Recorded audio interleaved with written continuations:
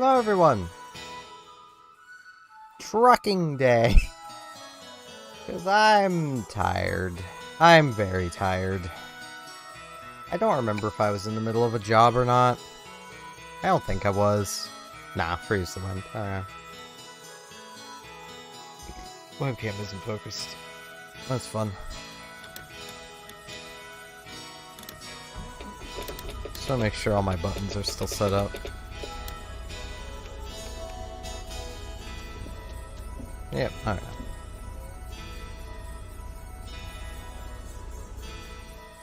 Well...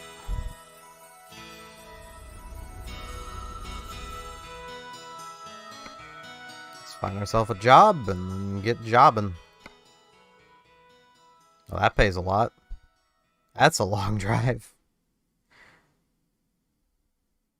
Almost all of these are going to Texas. So you know what, let's take this one.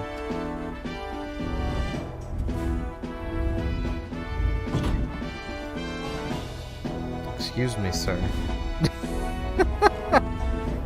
Oh god, this is already off to a great start.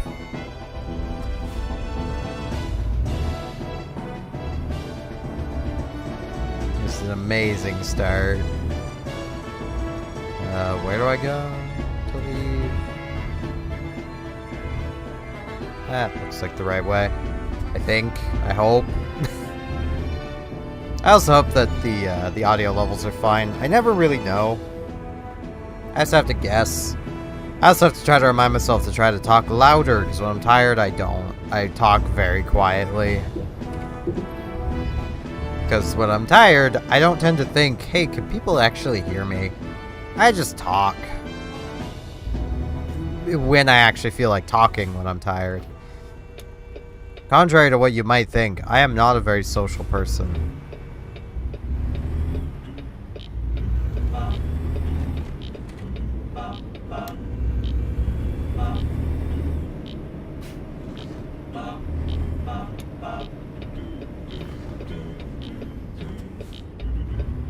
Which I know, that begs the question, if you're not social, why are you streaming?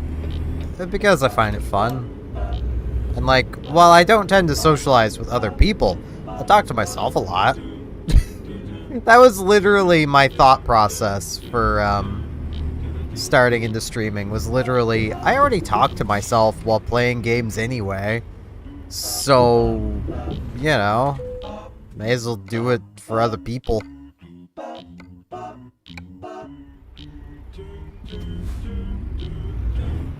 And it just kind of worked out. As much as this has worked out. That's a pole. Oh, getting out of here is going to be a pain in the ass.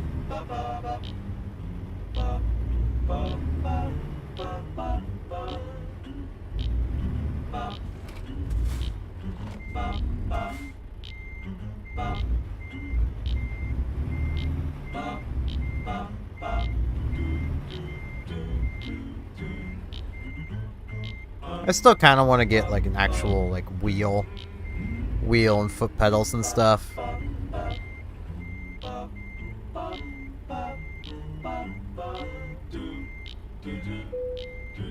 Because I feel like that would make this a lot more fun.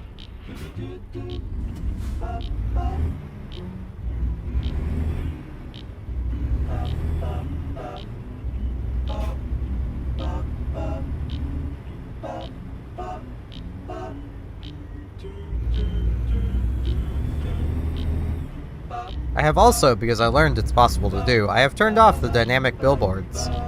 I do not want real-world advertising in my video game. Thank you very much.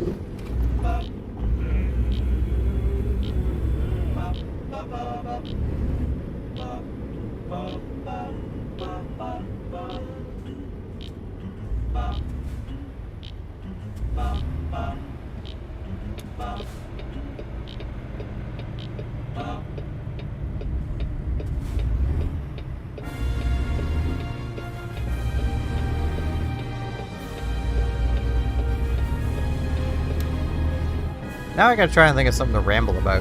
So that's just normal for these streams. Is I find something and then I ramble about it. may actually need to turn my music down a little more. I just saw the audio levels. Oh no. Fire Emblem, why you gotta be so loud? You know, I could turn universally the audio levels down by doing this. 60 might be a little too low. That's probably fine for now. The game itself will be lower, but that's the best I can do. I don't got one of them fancy sound panels. Audio interfaces. I actually wouldn't mind having an audio interface. I've actually been kind of looking for one. Like an audio interface and a better microphone. Because, like, the Snowball is great. Don't get me wrong. Especially for its price. Like, I think when I bought this thing, it was like 40 bucks. Yeah, it would have been, because I had basically got $50 to spend, and I needed a little bit of help to cover the tax.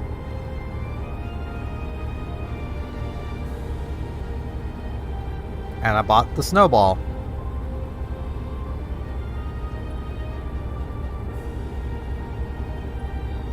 And, like, this thing has served me well, but, like... Ugh. Would always be nice to have better audio level, you know, better audio control and just better audio in general, given, you know, good half of what I do is audio based, so.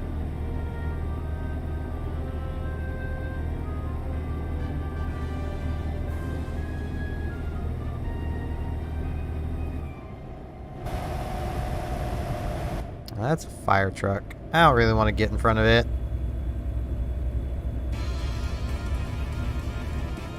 I also don't want to be behind these other vehicles. Well, now I don't have to be behind them anymore. That's convenient.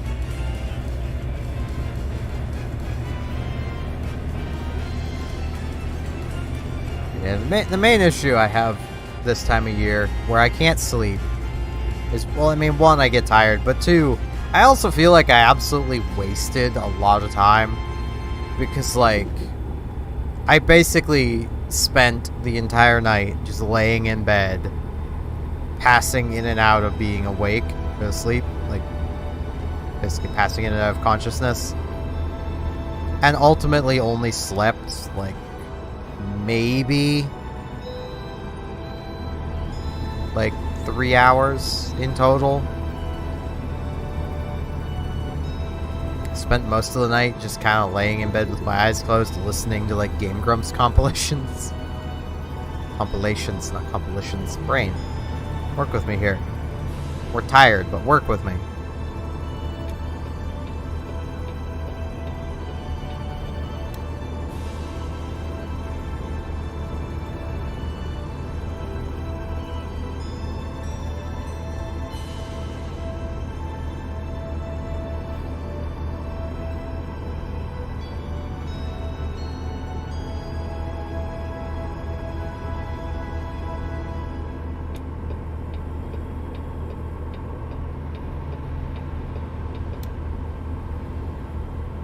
So, like, I could have been up a lot sooner. And then maybe I would have, you know, actually had a more decent nap if I got up and done something and then gone back to sleep. But now. So that means I am absurdly tired right now. I'm basically just trying to ramble with my brain mostly turned off so I don't, you know, so I'm talking, but I'm not just crashing into everything. So I'm paying attention to the game and just rambling.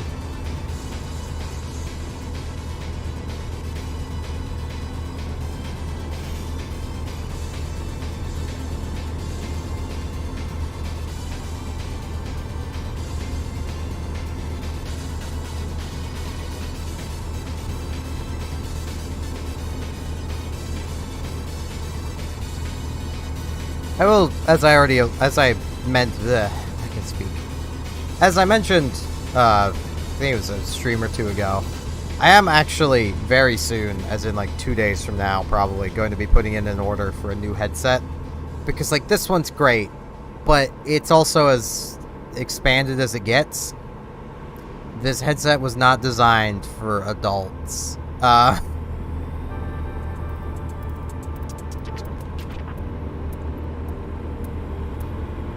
So, you know.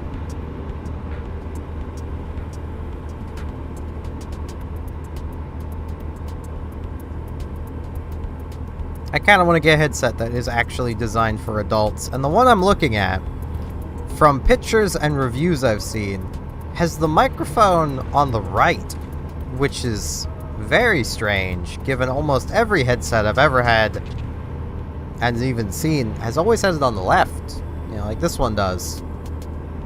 Which, this is really inconvenient if I were to actually want to use it, because I'm left-handed. Well, cross-dominant, but drinking is a dexterous task, so it's done with the left. At least instinctually, I do it with my left.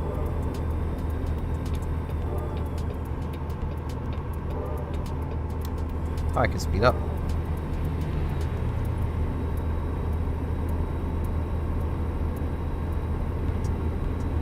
Assuming my truck is capable of speeding up right now. I probably should not be speeding up. There's a turn. We're about to hit it. Just gotta coast. I don't know what 55 equates to, but, you know, I'm just gonna coast through this turn. Oh, little car, little car, little car! That is not a smart thing to do, little car.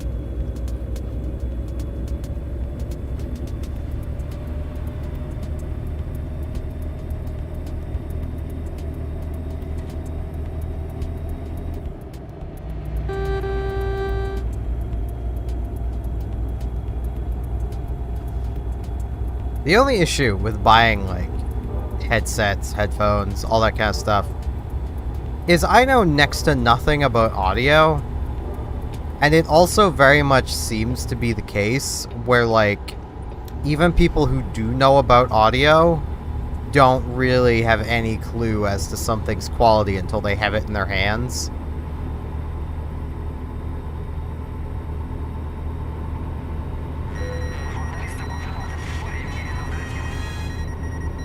Well, it's a good thing I can bypass it, given I don't... Oh, no, I see it on the map now.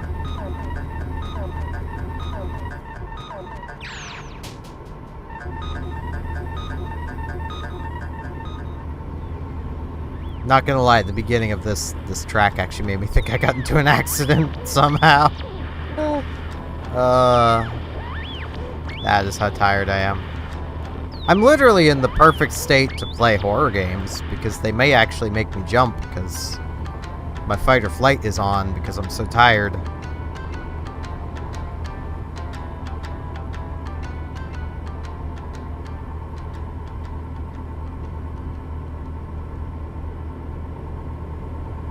I'm actually going to also mention now, anyone that sees this who's part of the Discord, which also, you can join the Discord, it should be linked below the YouTube and the Twitch. So, literally you can join no matter what. Ah, a raid! Thank you for the raid, gamer dude. Hello, raiders. Welcome to a very tired Canadian driving an American truck way too fast. And in the wrong lane. For following. My follow alert didn't work. Why didn't the follow alert work?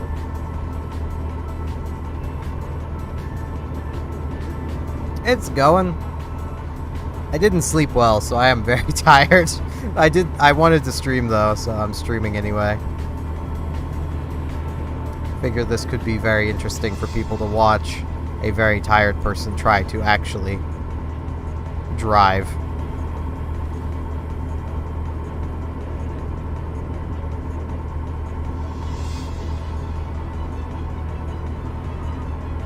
How's it going with you?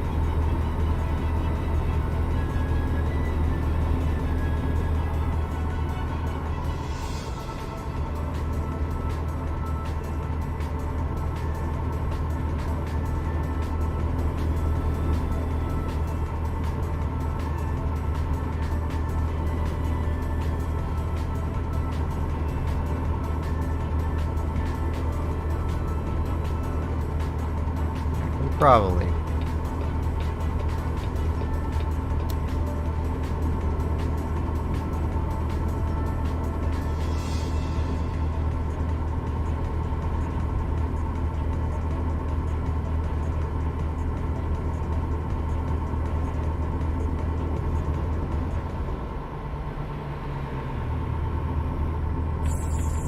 That sounds like a pretty good plan.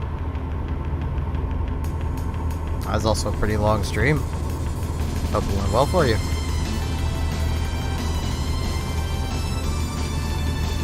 Yeah, that's way too loud. Freaking OSTs.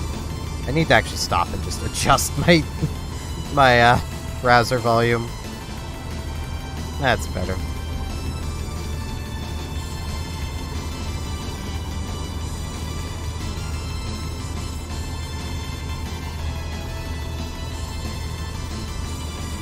Oh no, traffic.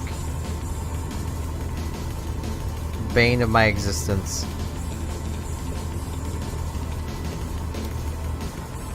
Little vehicles.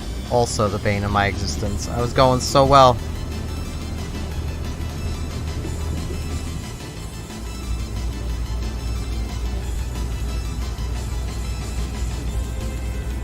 I really want to get a wheel. I feel like that could be a lot of fun. Just they're kind of expensive.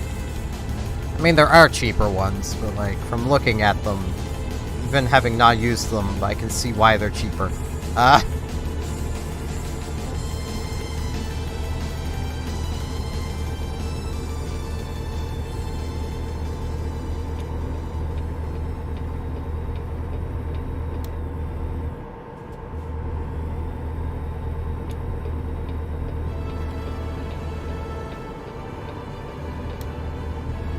Hello, Joshua 12 GTR.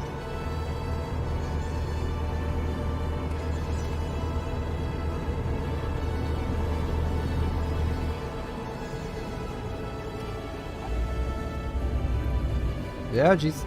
Stop! Huh. I cannot see the lights, so I will be entirely reliant on you, little vehicle. I don't even know what that would be. A sedan? I'm no car person.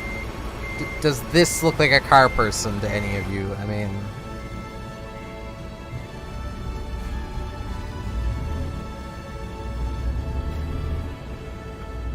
Honestly, the neckbeard probably says car person, but, you know. Ignore that. Ignore the neckbeard.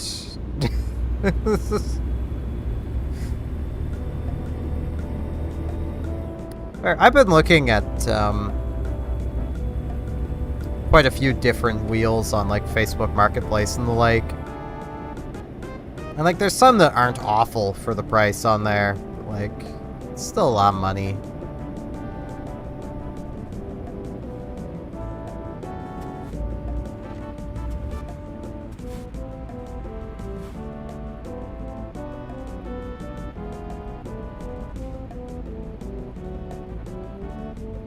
Especially where, like, this isn't a primary... Like, it kind of is, but isn't a primary game for me.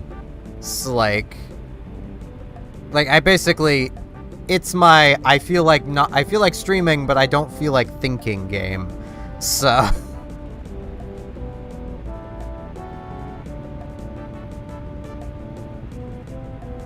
Or sometimes I just feel like sitting down and having a chat with people that show up in the chat. Like, I am kind of the opposite of your standard... Probably the standard person that plays this game. I am a massive nerd who has literally never even drove a car before.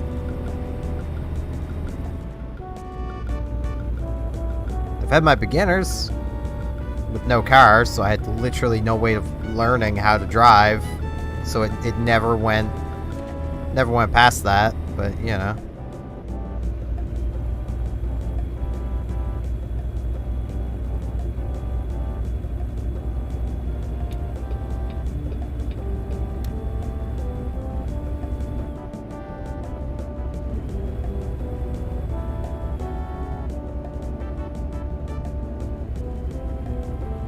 I imagine this truck would still occasionally just say no when you try to turn it.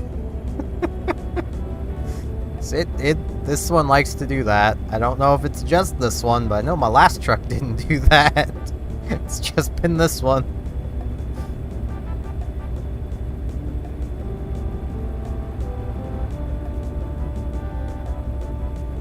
This one I have more or less just because I could get it, and it is technically the highest horsepower, which I think is a good thing. It had the biggest numbers. I've heard horsepowers are good.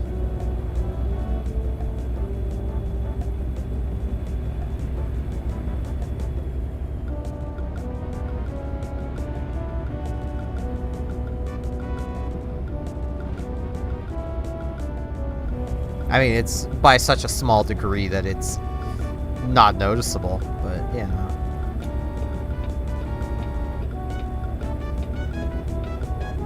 It does have biggest number.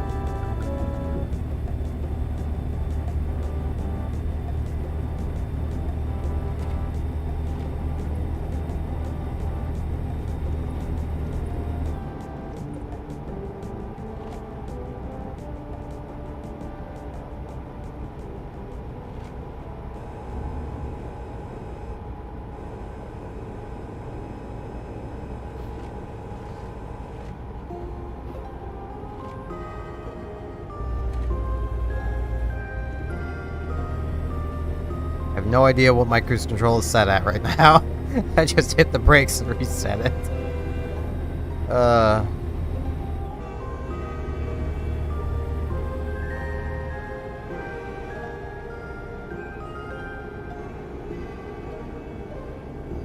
Alright, have a good rest.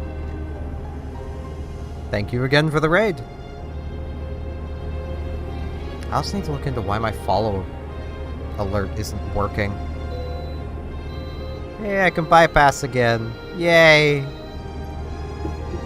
I still don't understand the point of these wait stations.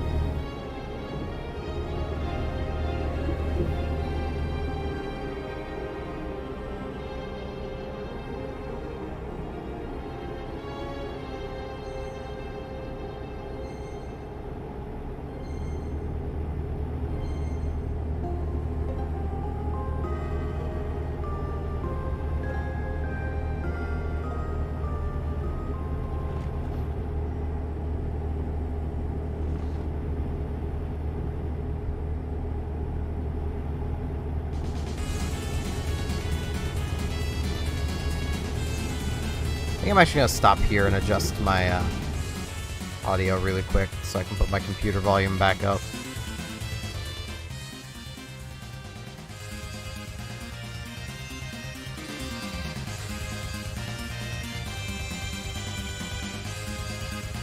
Yeah, that looks like it's probably fine. I'll put it down one more notch. There's gonna be some tracks that just will not be easily audible, but I'll at least be able to just swap off of them, because I won't be able to hear them at all. So it'll either mean there's a track that's just not playing properly, and will at a proper volume, or wow,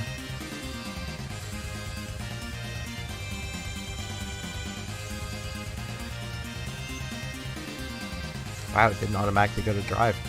Shocked.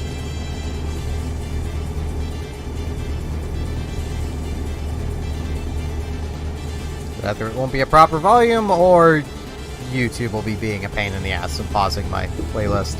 I really need to just get around to downloading my playlist that I have, and also adding more songs to it.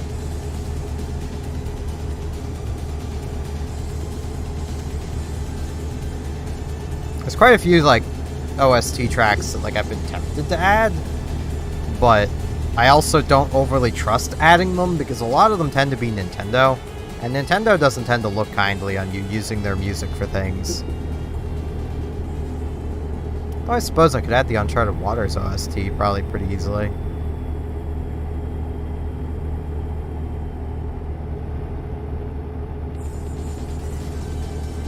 The main thing is just getting OSTs I enjoy listening to. Because as much as the music's there so y'all have something to listen to, it's also there so I have something to listen to.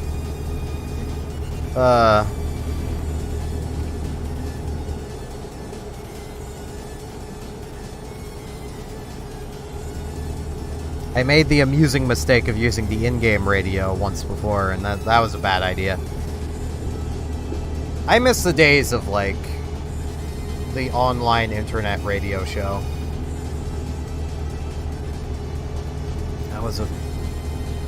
I don't know what to call it. That was the same word twice, brain. But the internet radio show.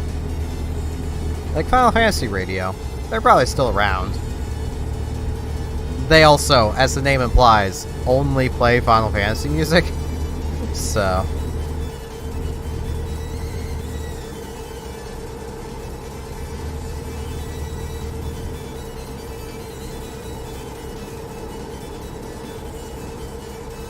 there's a few others I can think of, I just can't remember the names of, that played just about anything, but they got shut down because they did play just about anything. And companies don't tend to like you playing their music without a license. So they ended up getting shut down.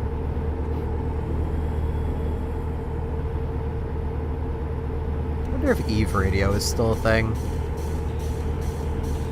But it predominantly played EVE Online music, so...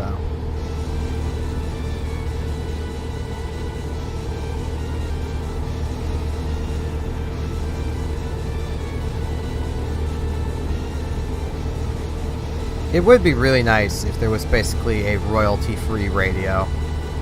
Though even with that, I know how the internet works, and I also know a lot of royalty-free songs people have done covers of and claimed them, and then used the copyright system on YouTube to basically claim that they own the original that they did a cover of, because, you know, a lot of these people, it's hard to say what they do as doing a cover, because usually it's just a little bit of mumble rapping on top of some royalty-free song.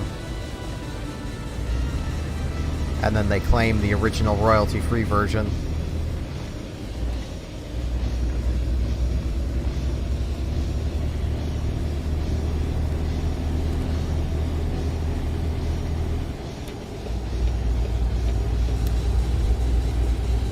I have seen it happen. I've also heard quite a few other YouTubers complain about this. There's actually... basically, if you find a popular video game, there will probably be at least 2 or 3 songs from that OST that someone has done that with. And I honestly do not understand how they get away with it. Like, one would think there would be something that, you know, the game studios at least could do. Even if YouTube isn't going to do anything.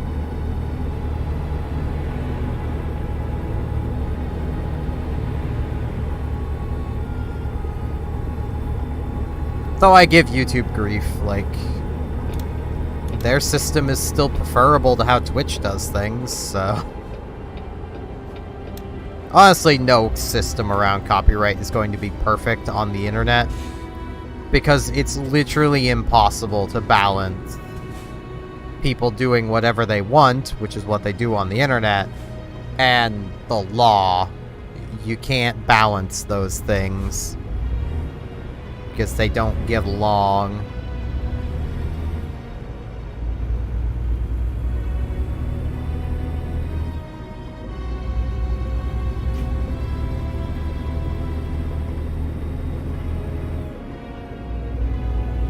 Case in point, piracy. Like, I don't know about any of y'all, but I personally have no issue with piracy. I'm also very studied into game design and game marketing and, you know, a lot of shit to do with games. And the main reason why I don't care, yet the law does, is because the law considers it stealing. As if there was ever a product to lose in the first place.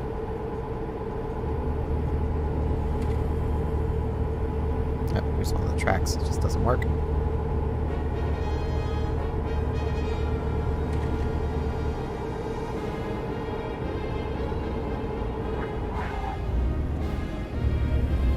It's minorly skidded.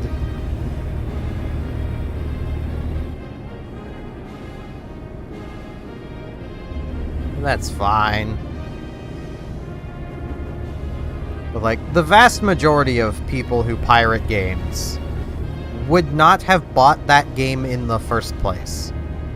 You lose literally nothing to have someone pirate your game.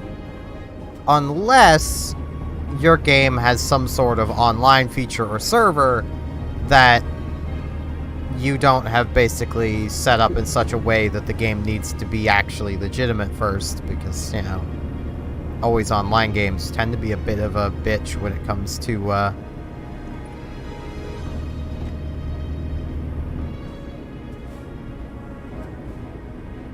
Wait, I should get fuel. That was kind of a last second thought. I really should have just went to a different station. Oh well. But yeah, like, if you do have an online server that people playing on costs you money to run, and your only way to fund that is people buying your game, and people pirating it can gain access to that server, then yeah, that is actively hindering you. That is actively hurting your wallet. But that is such a stupidly specific thing. Okay. I guess I was a little too far out.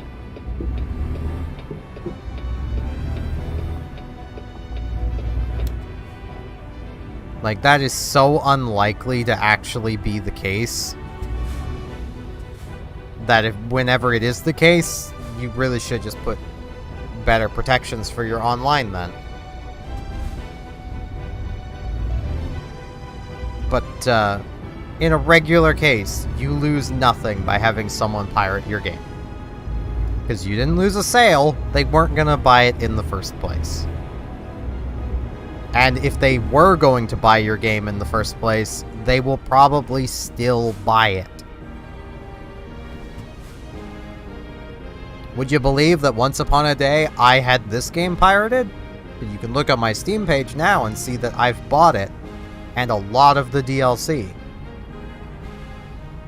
Because I wanted to try the game first. That was it, and at the time there wasn't a demo. I also don't trust demos, but I'm old enough to have been burned by demo discs. What? What? Sir! Sir! What is going on back there? I might miss the lights. No, okay. I made it just in time. What? Okay. Those trucks did not like me talking about piracy.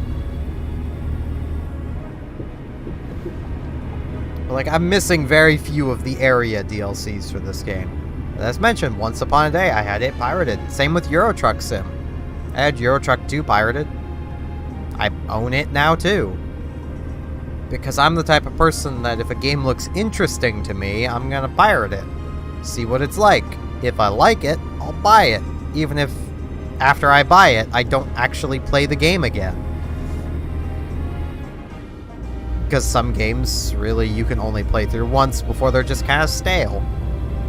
But if it was enjoyable, I'm still gonna buy it.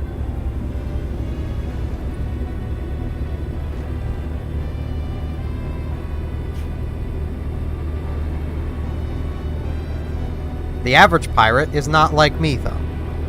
They just think the game is interesting, but also don't want to buy it. And won't buy it. And there's no convincing them to buy it.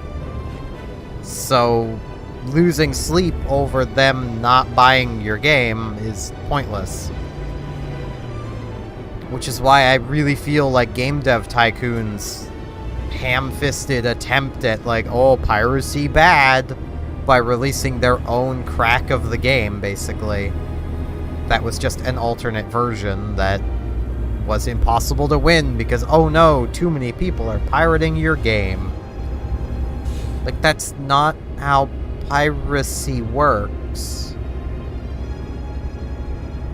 Because even that person who pirates your game and then doesn't buy it probably has a friend or two that they probably were like, yeah, hey man, I've been playing this game, it's pretty cool. And their friends may be like, oh, alright, I'll go buy it. Because it's highly unlikely that everyone that person knows is also someone who would pirate games. A lot of people just won't do it.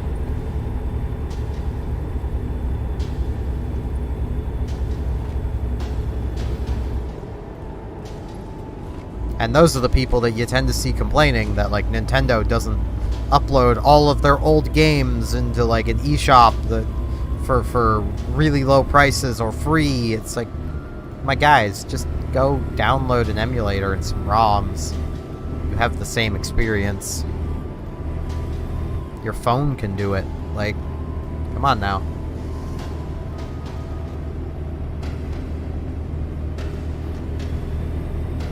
If Nintendo ain't gonna sell you the game, don't feel bad about pirating the game.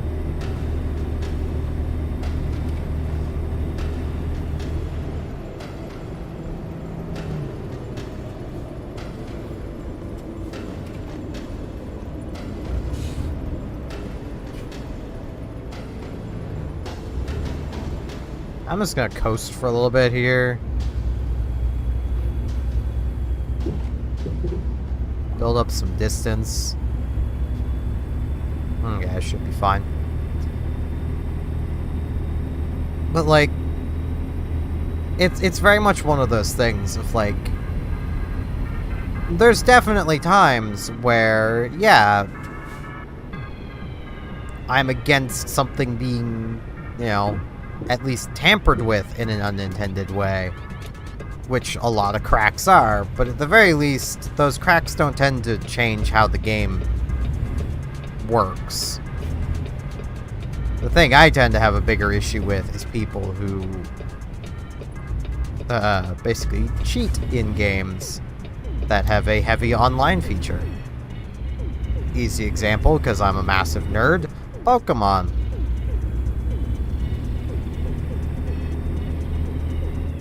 I personally do not find it fun knowing that half the people I play with online in Scarlet and Violet are probably using hacked Pokemon because they were just simply too lazy to get the Pokemon themselves. While I'm sitting here with almost 2 boxes full of competitively trained Pokemon.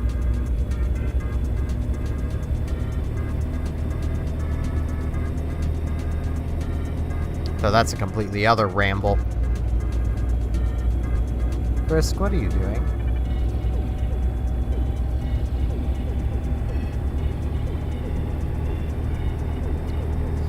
She's being herself. And I say it's a completely other ramble, because, very recently, the Pokemon World Tournament happened. And there was a lot of people. Well, I say a lot. There was enough people to cause a fuss that got banned from, well, not banned, but disqualified from Worlds because they had hacked Pokemon on their teams. And, like, there are some stories coming out of it that, like, I can feel kind of bad for the person involved. Like, there's one that apparently they had basically brought a Cresselia with them since Black and White. Like, they had moved it up through the games, and then come to find out that it was hacked at Worlds. But I can't help but feel, given they got it in a trade, and it was perfect IVs, and they got it in a trade. And, you know, Black and White was very well known for people genning Pokemon because it was not difficult and there was nothing in place. This was like one of the first games with actual online play. There was basically nothing there.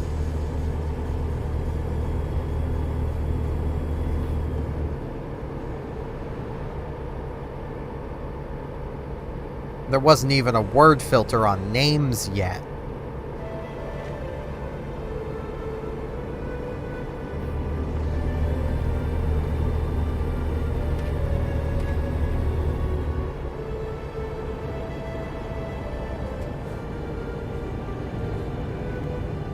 Which is where a lot of the most beloved nicknames for Pokemon comes from.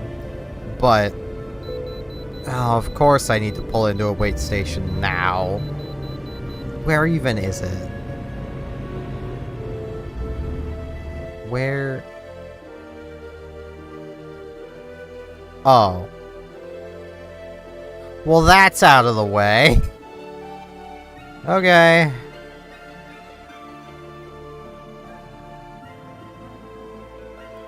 Close? Close.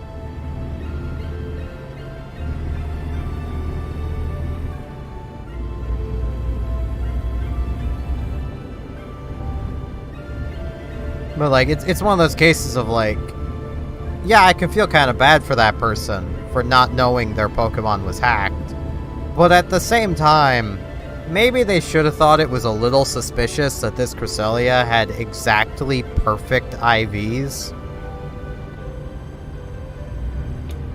Like, maybe that should have been a clue that it might have been, and that maybe they should see about getting their own. It's not terribly difficult. All you need is Brilliant Diamond Shining Pearl, and you can farm Cresselia until you get the right IVs.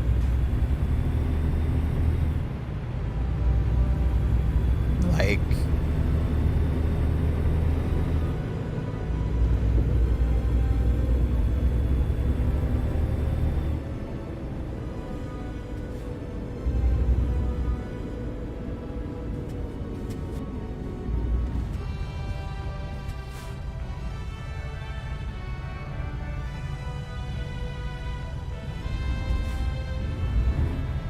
Like, a lot of the people who were complaining, and this is something I actually find kind of funny, as someone who has played competitive Pokemon before. Not Nintendo competitive, but I was doing Smogon competitive stuff in the past.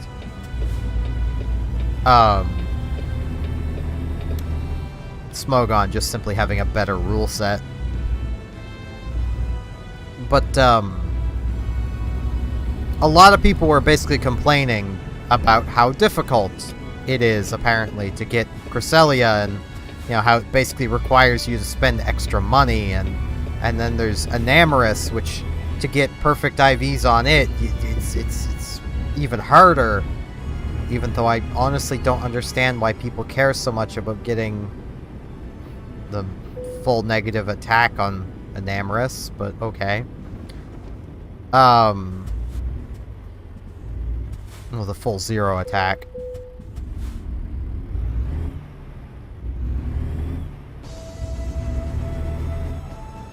But, like, of the people who topped Worlds, 2 of the top 8 were using a Cresselia.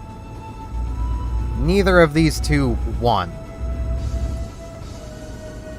So you know what that tells me as someone who, you know, has played competitive Smogon, you know, competitively in Smogon rules, and follows the Yu-Gi-Oh! Competitive scene, and follows a lot of various just nerdy competitive scenes, because I'm a nerd. You know what that tells me? That the Trick Room Cresselia set is a rogue option that can steal some wins, but isn't something that could actually seriously win a tournament like Worlds.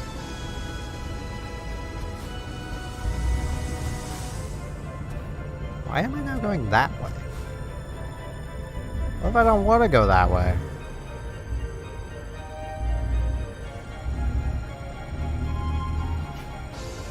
What if I don't believe that that's actually a faster way to go? You know what, I'll follow it. That's where the GPS is telling me to go.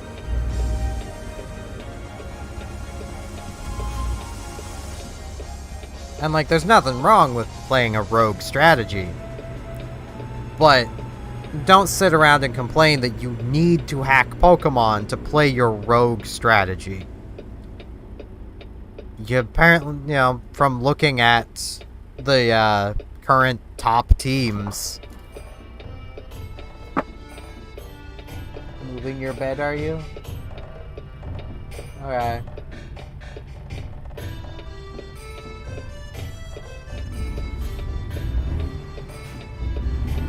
from looking at the top teams, it really doesn't require that much effort to build.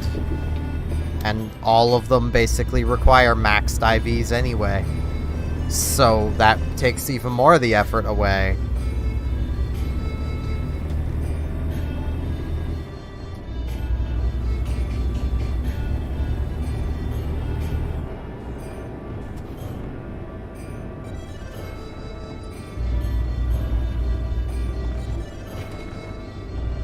Now, all of that is not to say that I don't wish that Nintendo didn't have a good answer for this.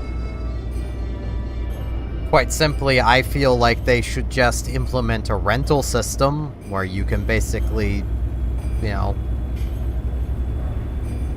rent a Pokemon and then choose what IVs it has, basically. Effectively allowing people to build Pokemon teams like they do on Pokemon Showdown. Hell, they could literally add that as like a feature to Pokehome.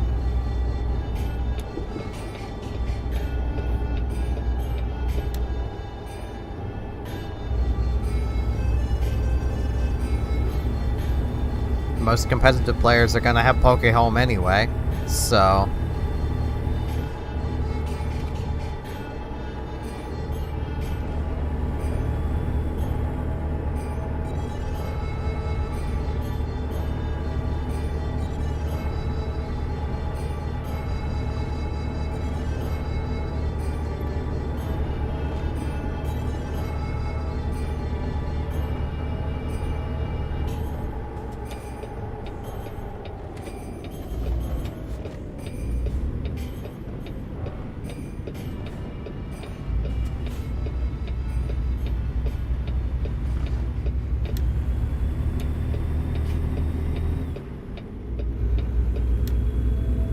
And that would basically solve all of the problems just right there.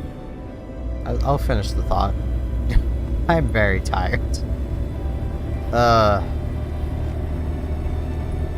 And like, you know, I do agree with people that that would solve the problem. It would. But also what would solve the problem is people just stopping hacking in Pokemon.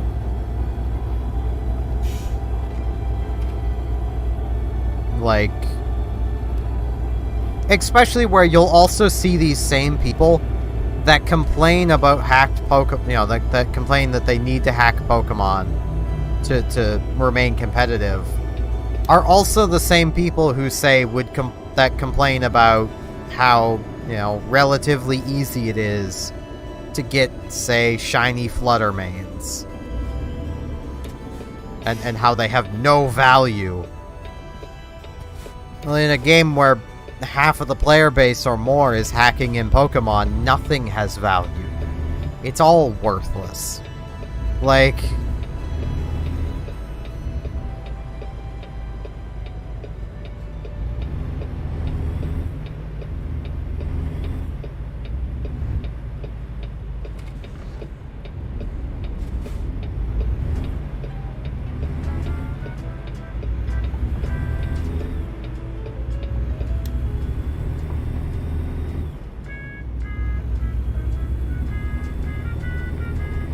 But, you know, don't tell the competitive Pokemon players that. They might have an aneurysm.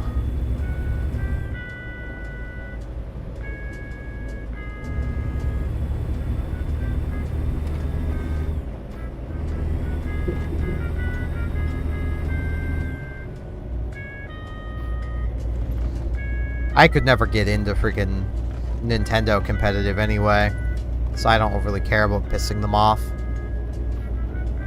Because even as rusty as I am, I could probably beat any of them at Smogon.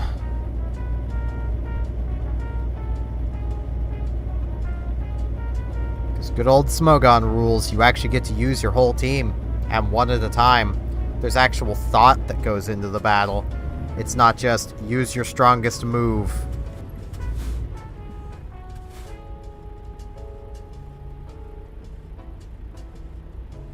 Because Nintendo is all about that doubles life. Which I can't blame them for. A good Smogon battle. in competitive Pokemon can last like half an hour or more. Nintendo's gotta be conscious of time. They're hosting a tournament. Like, a couple of the tournaments that I poked at when I was a lot younger and more seriously playing Pokemon, even under Smogon rules, they would have time limits for how long your battle could go, which was like 35 minutes maximum, because they have to be mindful of time. It's a tournament. It's gotta happen. The organizers may not have the time tomorrow to, you know, officiate your later matches. You gotta do it all today. So, like, I can understand... Stop, truck. I can understand Nintendo doing doubles. I just don't like double battles. You can do fun, gimmicky things in double battles, but your opponent basically has to let you do it. And... let's face it, if they're using a proper competitive team, you're never going to get a chance to do it, because they are just smashing your face in from the moment you hit go. And you've got to be smashing their face in from the moment you hit go, or you just lose.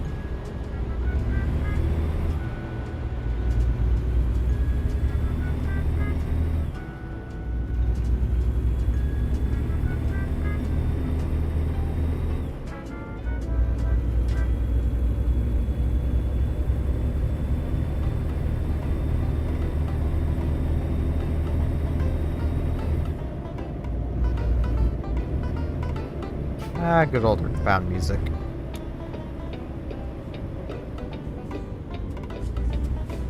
Thank you for following, Mexican Bandit.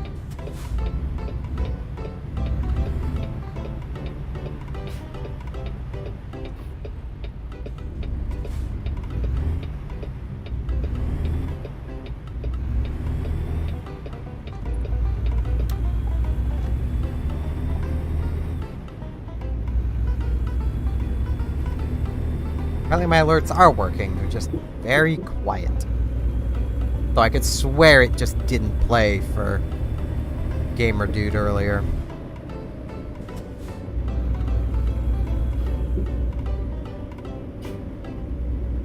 I could have also just blanked on it playing because I am tired.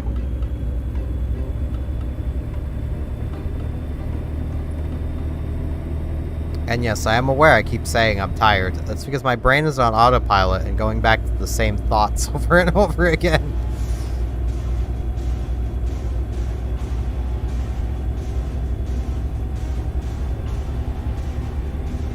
Azure Lane OST. I've been tempted to see about streaming Azure Lane again. But the problem with that is that, Azure Lane's loading screens tend to be on at least the softcore side of things. And I don't think YouTube or Twitch appreciates that much. So...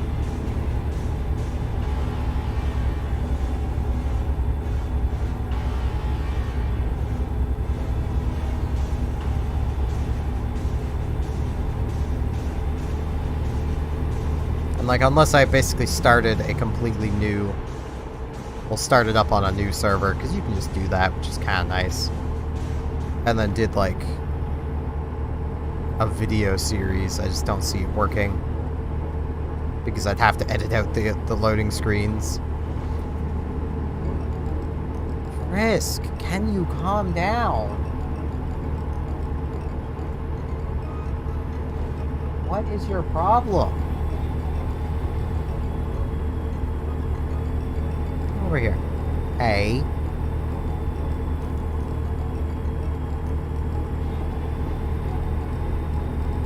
Get up in the window.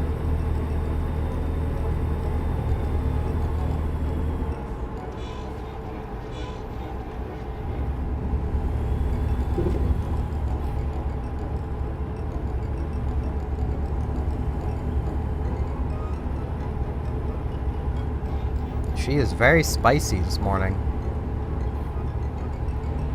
Would not be surprised if it's because I'm awake and she thinks I should be asleep.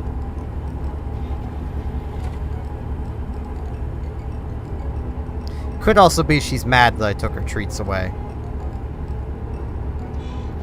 Because she's been intentionally shitting on the floor, so I took her treats away, and she is not happy about that. So hello, Polar Plays. I appear to have solved Frisk shitting on the floor, though. But she ain't getting her treats back until she can at least go until tonight without doing it. To even accomplish that, I literally had to,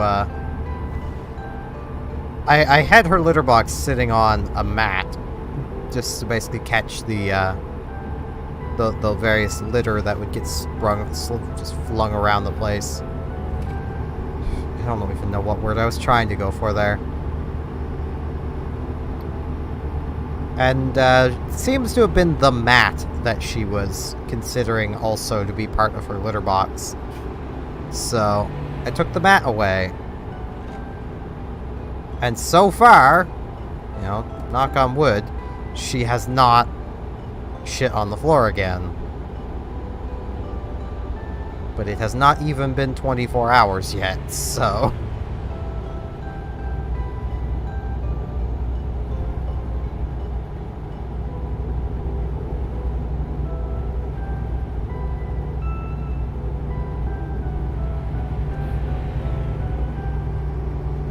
Indeed, somehow I've only had one minor accident that wasn't even my fault.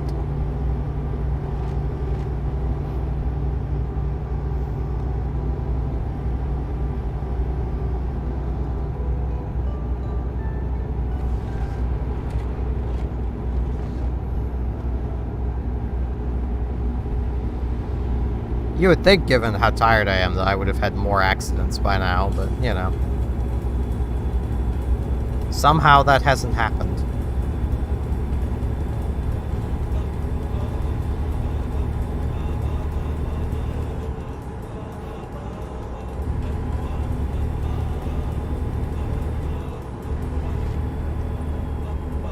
Also, somehow my YouTube playlist hasn't paused yet.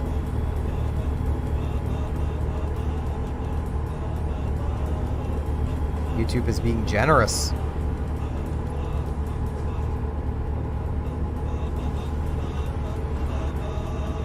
Thank you, almighty YouTube lords, for allowing me an extra 20 minutes at least of the playlist playing without being automatically paused.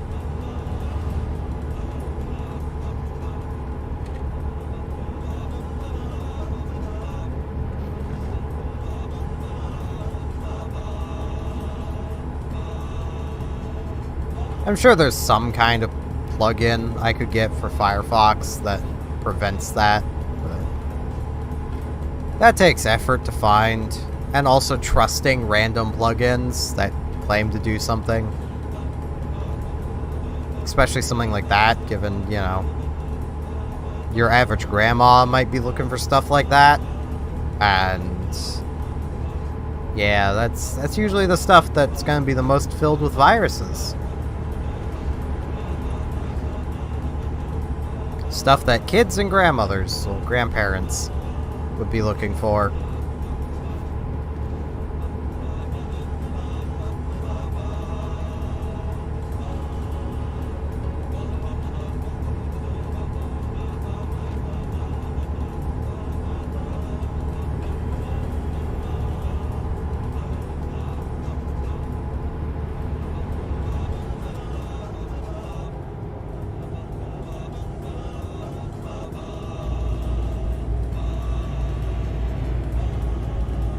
Mostly because, well, it's the most easy to infect a child or grandparent's computer with viruses because they don't know what to look out for, and they don't generally know how to deal with them either. It's also why scammers tend to target the elderly, is because, well, they're easier targets. It's not because they have more money or anything. It's literally just they're easier targets.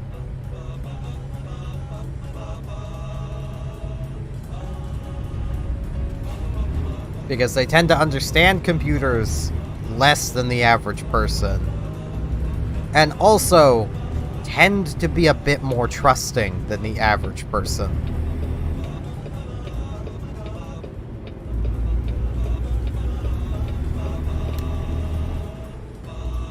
Like, I'm a little more paranoid than the average person, but I would not even download a remote desktop tool, let alone let some random person who's just claiming to be a computer tech onto my computer via one.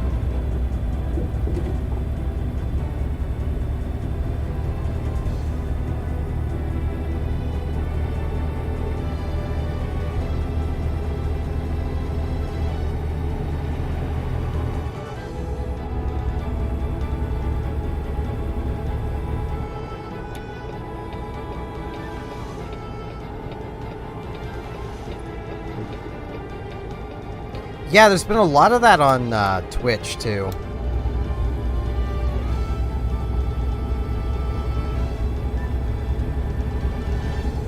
Twitch has actually implemented some basic chat filters that seems to have killed off most of them. Really wish YouTube would do the same, though I haven't been hit by them on YouTube yet.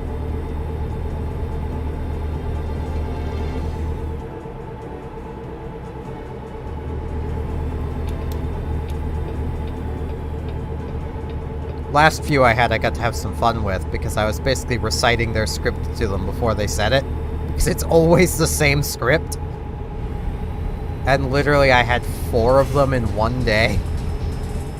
It was just like, ah yes, let me just recite to you exactly what you're about to say to me. Because I've been down this road before multiple times. The funny thing is, like, if you look way down there at the very bottom corner of the screen, you'll see an artist signature. That is my girlfriend's artist signature. If I ever need art, she is willing to do art for me. So, like...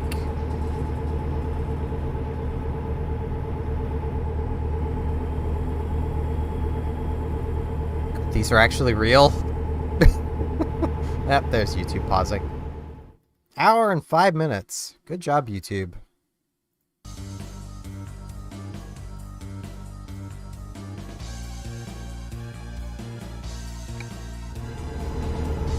Honestly, just the thought that some of these roads are real is scary, given how just absolutely baffling they are. They're spaghetti, they're not a road.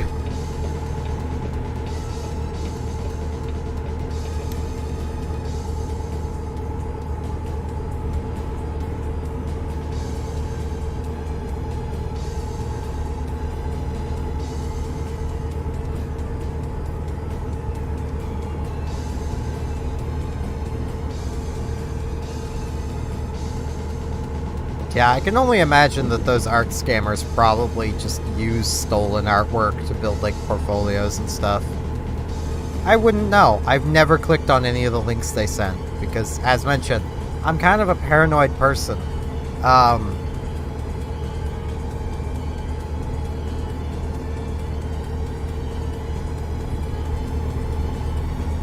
Other than ads are frustrating, that's why I use an ad blocker. Is because I'm old enough to remember the days where you could inject viruses into advertisements.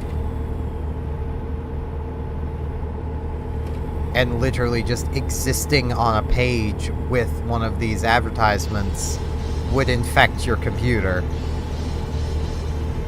Because it was just running code within the browser itself to basically download the virus.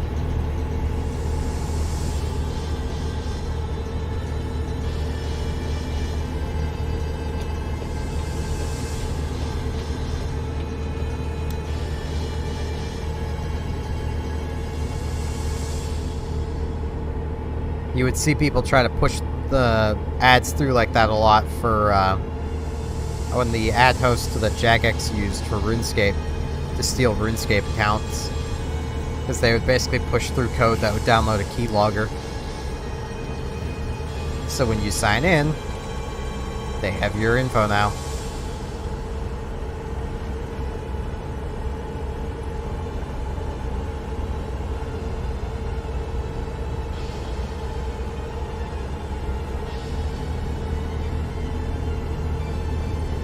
And I do not trust that those days are gone. Which is why I will always suggest that everybody use an ad blocker. The only problem is, if you're using Google Chrome, you really can't use an ad blocker anymore. As I learned quite frustratingly over a month ago at this point, where I had to stop using Chrome and I'm now on Firefox. Well, more back on Firefox. I used Firefox when I was younger. Chrome was just more convenient. That's why I was using it. But if you have an ad blocker turned on and you try to use YouTube on Chrome, there's a very good chance that you will not be able to see videos, period. Unless they have reverted that change.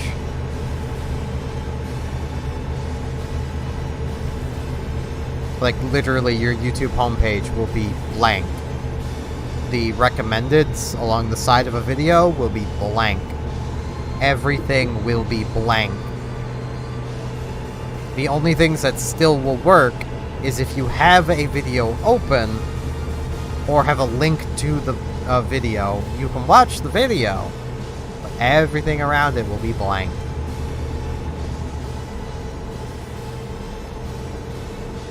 But Google has basically started a crusade against ad blockers, so...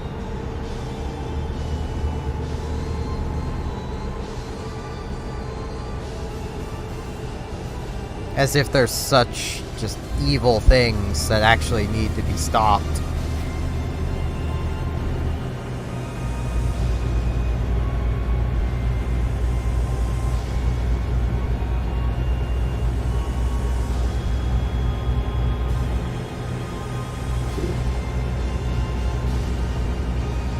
Even though literally by YouTube's own analytics, only a little over 10% of everyone on YouTube uses an ad blocker. Some communities will see higher ad blocker usage than others. Gaming communities tend to have the highest ad blocking usage because we know how this shit works. Like...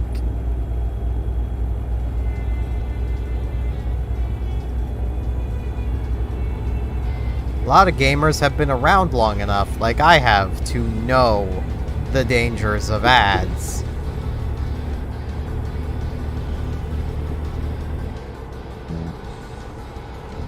Which, like, sure, as someone who's trying to make YouTube and Twitch my job, that's a bit disconcerting to know that basically probably a good half of the people who watch my stuff will have an ad blocker. But at the same time, I don't really care. I'd rather y'all be safe on the internet than I make a few pennies.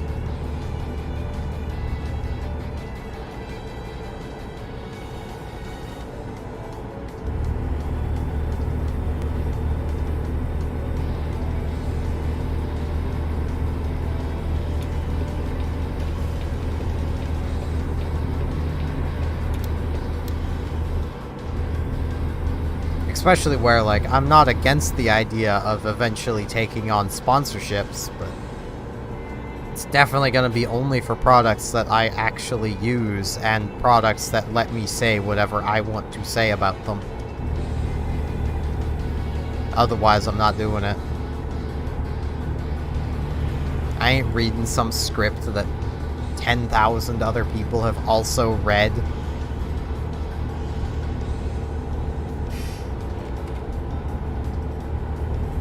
And, like, from what I understand, some companies are pretty okay with that, as long as you get the main talking points still in, they don't overly care. Surfshark is probably the most well-known for that, because they work with Tomska, and Tomska did a whole freaking multiple whole hour-long videos at this point, talking about his adventures with Surfshark. And trying to find Surfshark's limit.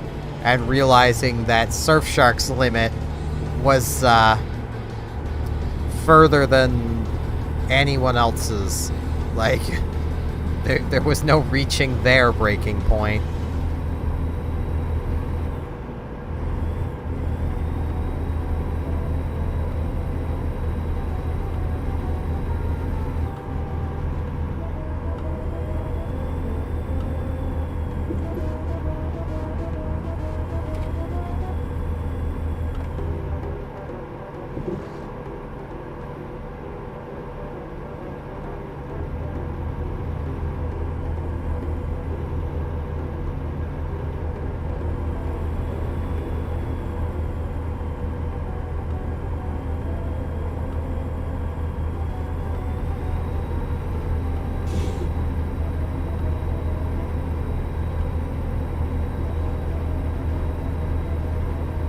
But, like, mostly just because they're the most well-known. If I was ever approached by Raid to do an ad, they're being told only if I get to say that your game isn't all that great.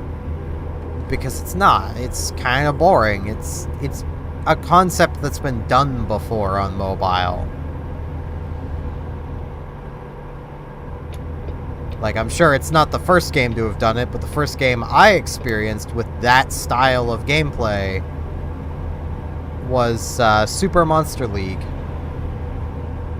Literally the same gameplay. The same gacha system.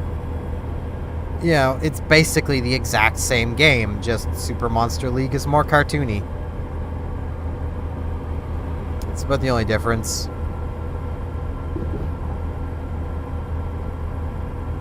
I'd actually argue from playing both that Super Monster League is actually better, because there's more progression of your various units. They tend to start as a little, basically, baby form, and then grow into an adult form. Kind of like a Digimon or a Pokemon, which was probably the intention.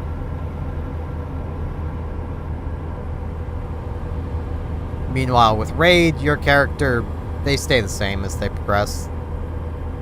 Their visuals never change.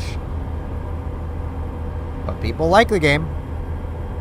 I mean, it's a decent concept. I mean, I played Super Monster League for like 2 years. So, like, I can kind of get it. It's just at this point, I'm kind of sick of that concept of game.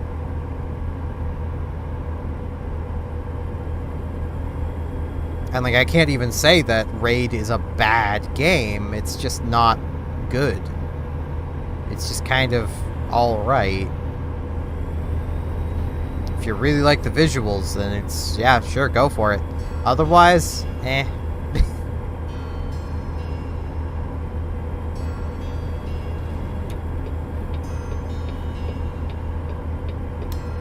I'm not even getting paid for it, and I'm already kind of shilling their game. You know, the mobile game I'll definitely shill for, and don't care that I'm not getting paid for, is Azure Lane. Come join the Avoria server on North America, or worldwide. Come join Test Fleet, please ignore.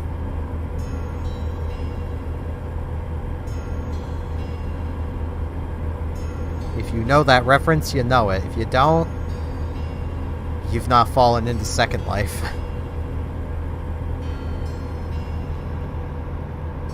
I suppose I shouldn't make that joke, because people aren't going to get that reference if they don't get the other reference. You haven't fallen into EVE Online. The game that's only called EVE Online because Second Life was already taken.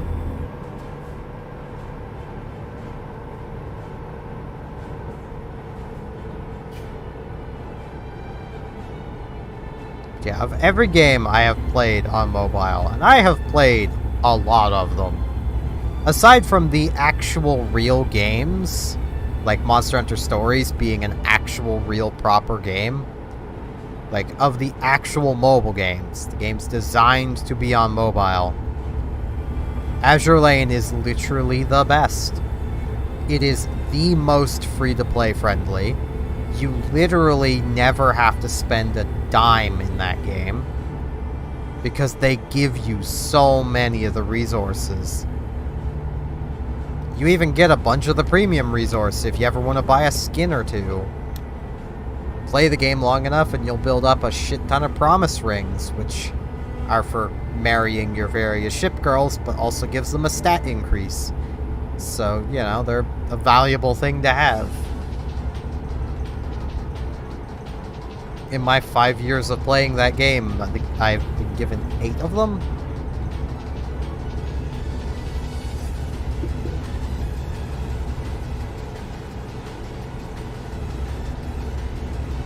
And they can get away with that because they make a shit ton of money off of their skins. Because horny dudes be horny, and they'll buy anything that shows some moderate amount of booba.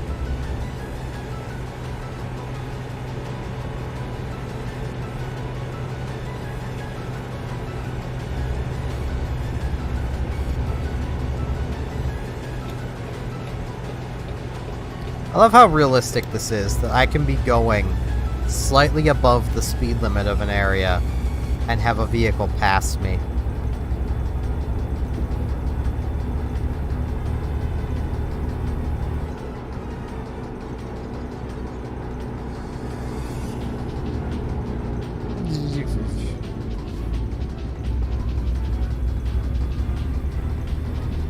That just happened.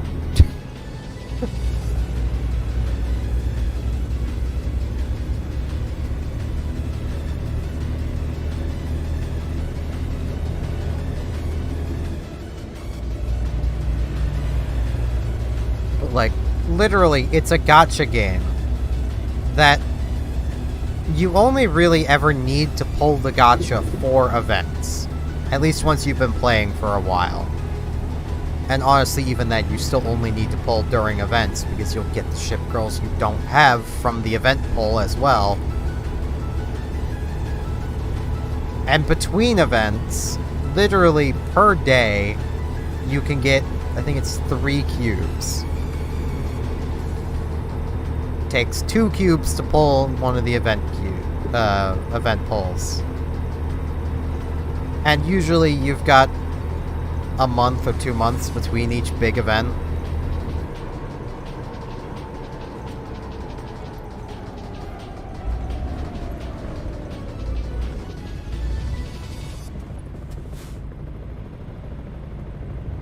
Like, if you're even just playing casually, it's almost impossible to run out of cubes. You know what? I'm gonna force traffic to let me in. Yeah, I don't care. I'm a millionaire. Suck it.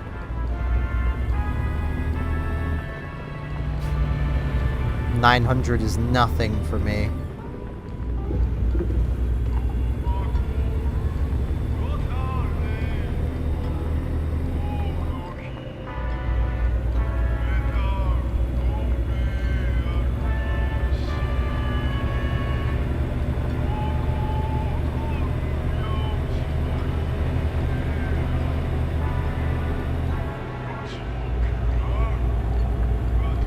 Like, a big event basically is just winding down right now. And I entered the event playing casually with about 600-ish cubes. I still have about 400 after the event and pulling all of the new characters. Ready to build up for the next event. Like, it's a bit ridiculous.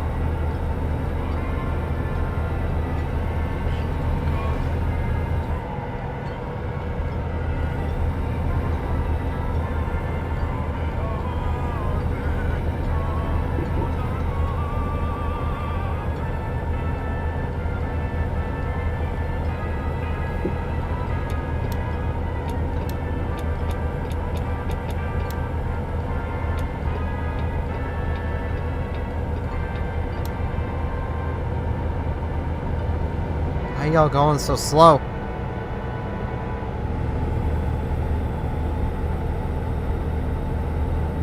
I mean, I know why the trucks are going slow. It's because they're trucks and they're assholes. But I'm surprised there isn't a bus at the head of this. 'Cause the buses are the freaking worst.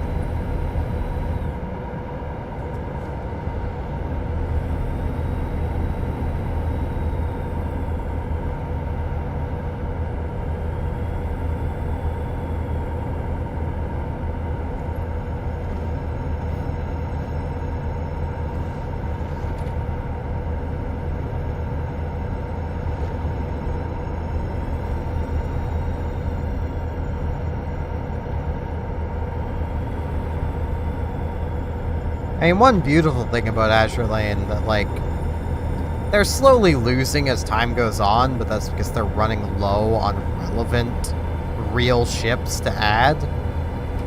Because basically the characters in Azure Lane are literally ship girls. They're girls with rigging that is basically based on warships from World War II and before, and slightly after. But, like, that can lead you to say, you know, an easy example is if someone pulls Enterprise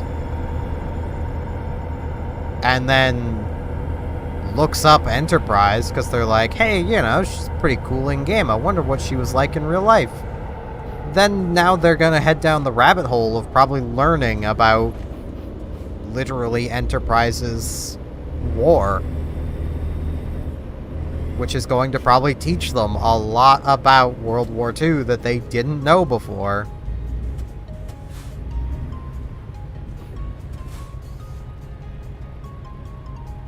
And that may lead to them also looking into the other ship girls that they like and being like, I wonder. Even some of the ones that were never built, like, using Gascon as an example, where she was laid down and never built. That basically plays into her character in game. Is she's not finished. But that can lead you into looking at, you know, why she wasn't finished. What happened, which then leads into, you know, a more deeper look than most people are used to into France's fall at the beginning of World War II. Because it's really not as simple as France just fell over.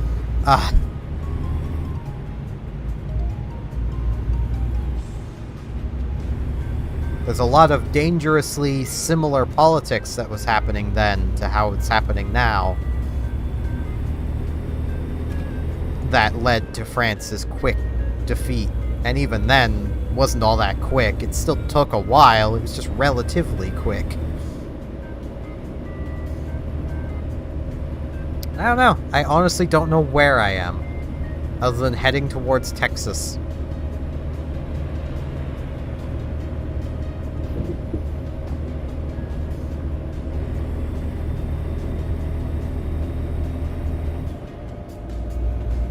I don't know American geography.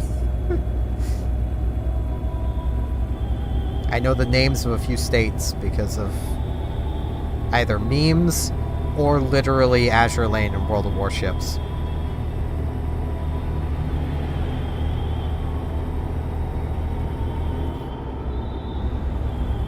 I also know some cities because of those games. Like, I think everyone that's played Azure Lane knows San Diego. Good old Sandy. Rest in pepperonis, Cult of Sandy. That is something that even, like, people who pick up Azure Lane today will not understand. Once upon a day, there still is, but there's three different pulls that you can choose from in Azure Lane. Light, heavy, and special. The ultra-rare ship, San Diego, was in all three of them and had a higher than normal drop rate. To the point where, literally no matter what time of day it was, you could be just sitting there watching the super rares other people were pulling, and you would just see, oh, there's a Sandy, there's a Sandy, there's 3 Sandys. Like, so people formed a cult around it. And the developers got in on the meme, which was great.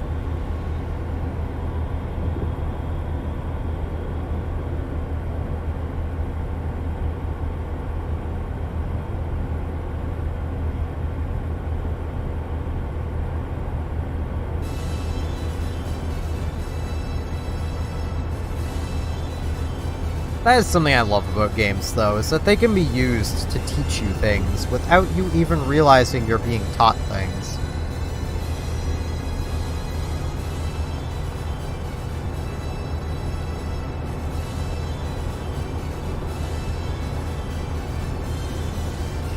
They can also be used to spark interest in things that you didn't know you had an interest in.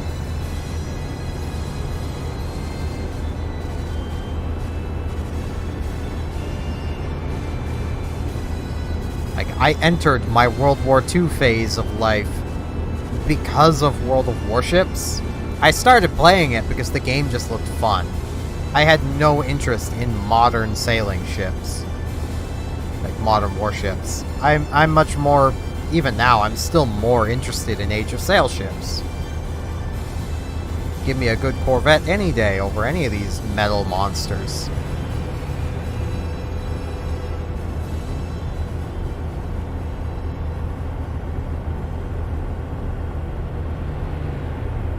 But I've learned so much about World War II because of games like World of Warships getting me interested in the warships, which then got me interested in looking at, hey, this warship took part in this ground operation, providing naval bombardment. Okay, well, what was that engagement? And then going from there and reading more into that, and then it just kind of spirals.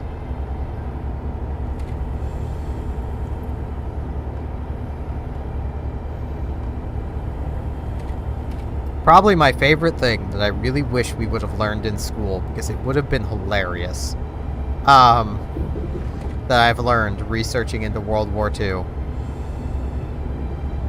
There was a pair of Canadian frigates that, while escorting a convoy, discovered a U-boat. This is in the middle of the night. So, obviously, action stations. They wake up all the crews, and on one of the frigates, they're getting together a boarding party.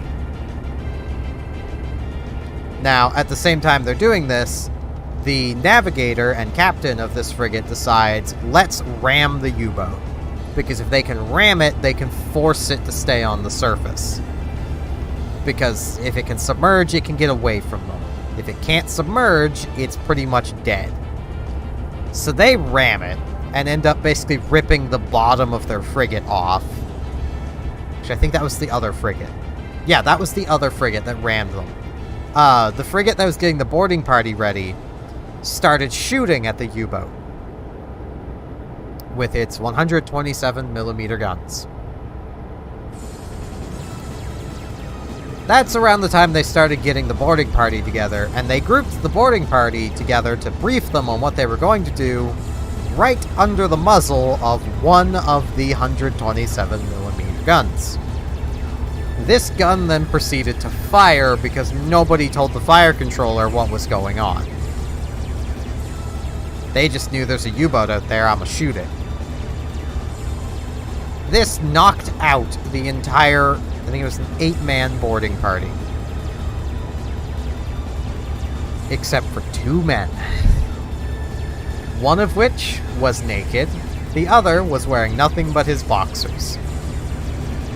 They were both handed a hand grenade and a pistol, and told, go for it, board that U-boat. And they captured the entire U-boat crew with literally a man in his boxers and a naked man, armed with nothing but a pistol and a hand grenade each. They managed to capture that entire U-boat crew. Sadly, they did not get their hands on a code book, but the Germans were very good about making sure you did not get your hands on those code books.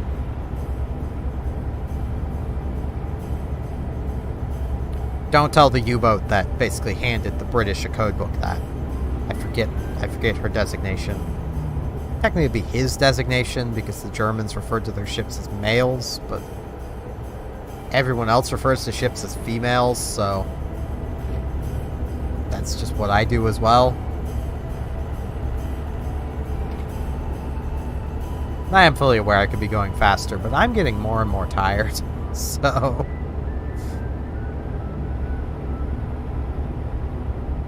this may end up being the only delivery of this stream.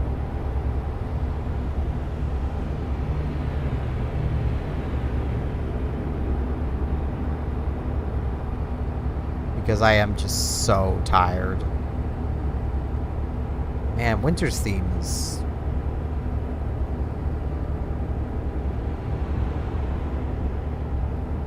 just not really playing. There we go.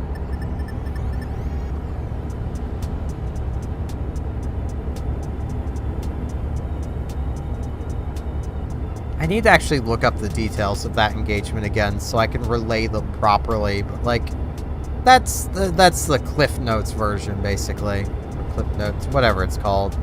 The abridged version.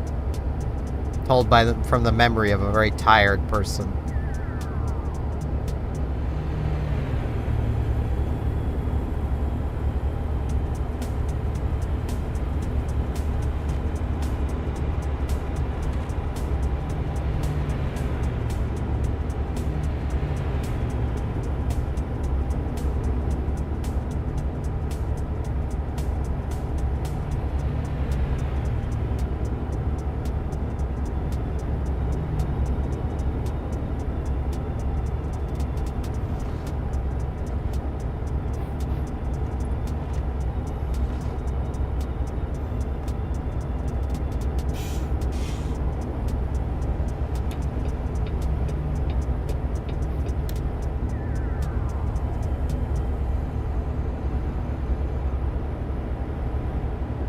But yeah, for anyone that may be curious, a lot of what caused France to fall so quickly was politics. It wasn't their fighting force. Though that did play a part in it. I will not say that it didn't. But a lot of the various branches of the French government leading into World War II was afraid of any of the generals or admirals gaining too much influence and power. Because they were afraid if one of them did, that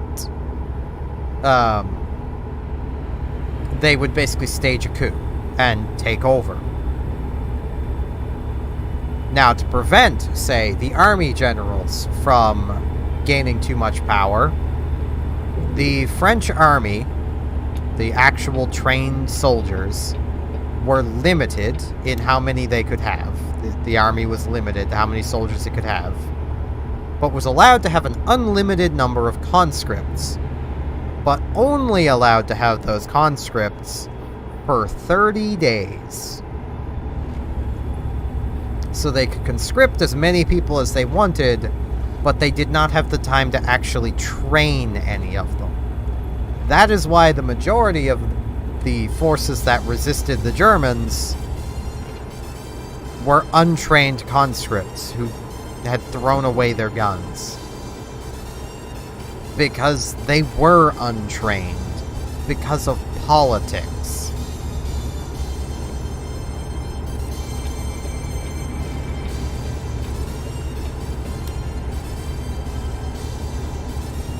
There was actually quite a few French battalions that fought for a very long time, some of which were literally integral to the British escaping back to Britain. Literally, without the French, World War II probably would have been a loss. Well, no, I say that. The British would have never given in. Stubborn old buggers. I say that because, like, Churchill was right ready to just, alright, let's move to the colonies, you know? Let's move to South Africa. Let's continue the war from there.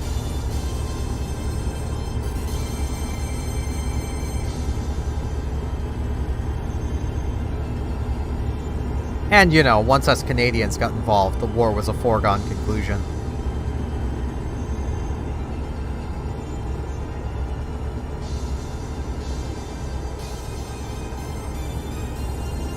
You never want to be fighting against Canadians. We not only commit a lot of war crimes, but we like inventing war crimes. some of the first uses, if not the first uses, of gas in World War One. That was us. That was the Canadians. Like...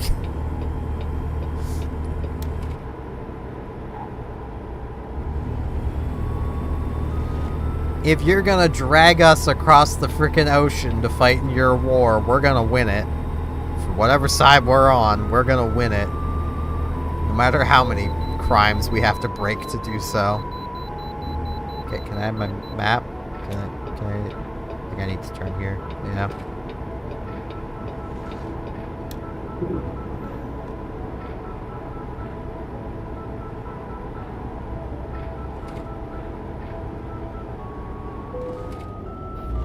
Keep forgetting I have the little map at the bottom.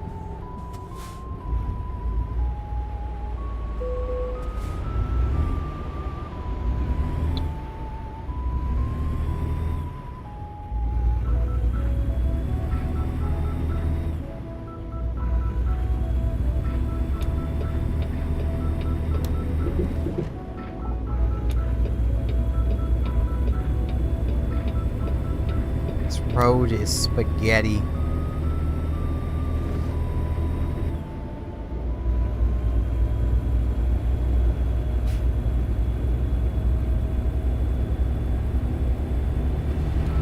I also know I'm supposed to turn signal in a place like that where, like, I'm entering onto the highway.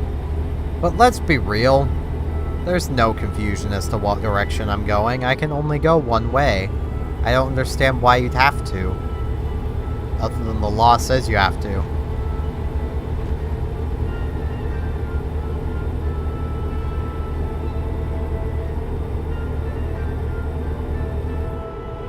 I would probably still do, like, signal in real life, but this is a video game.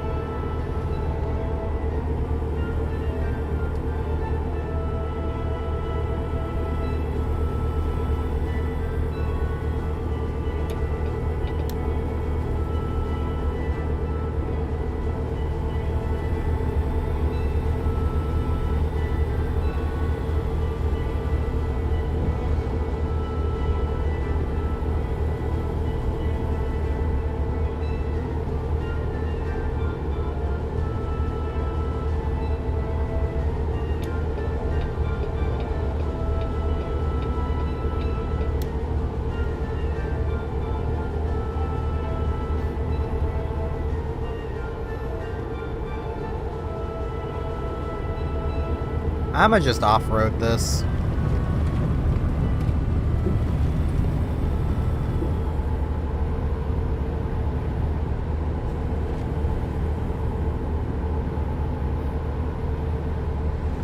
Because I can.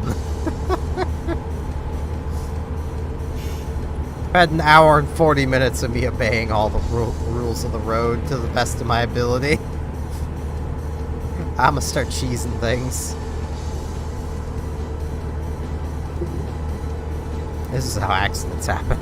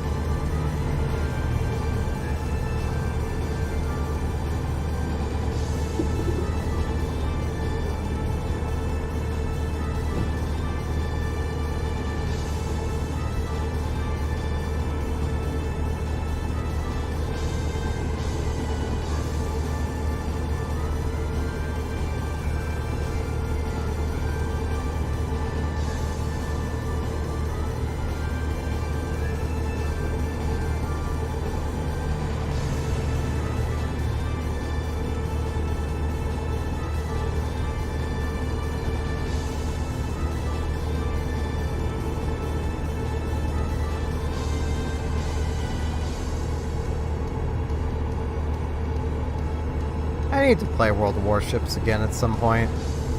Their Halloween event should be happening soon. If they're doing one this year.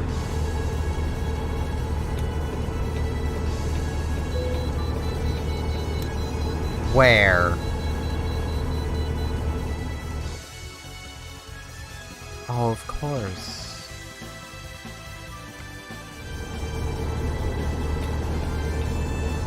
Oh no, it's ahead. It's ahead.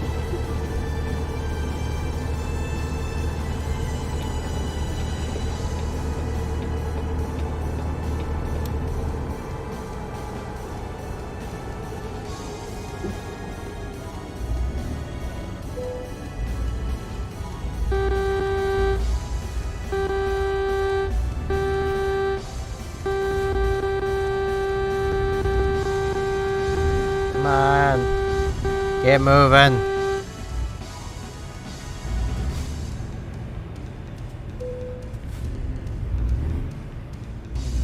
Yeah, I don't know how my vehicle's getting so damaged. My only thought is it's the wheels.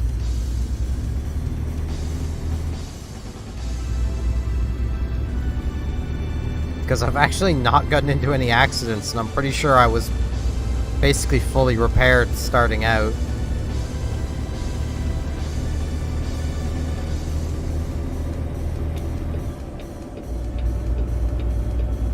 So, like, right there, there's no question where I'm going. It's like I don't really get why I have to turn signal.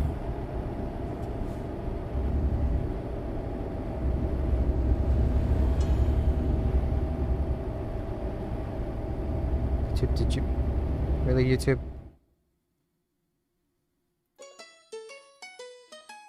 Didn't get 40 minutes out of that one. We got 35.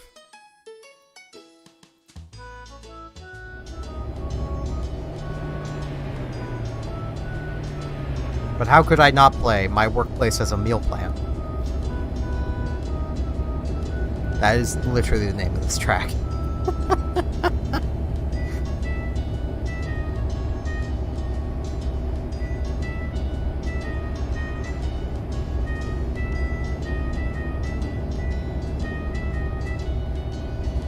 Julep songs are magical.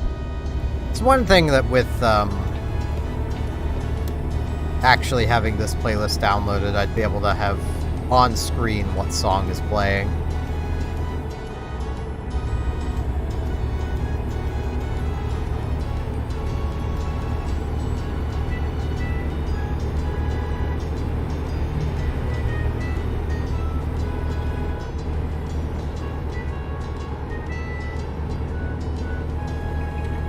I'd also be able to take the ones that are pretty low, throw them into Sony Vegas, and basically just boost their audio levels and then export them.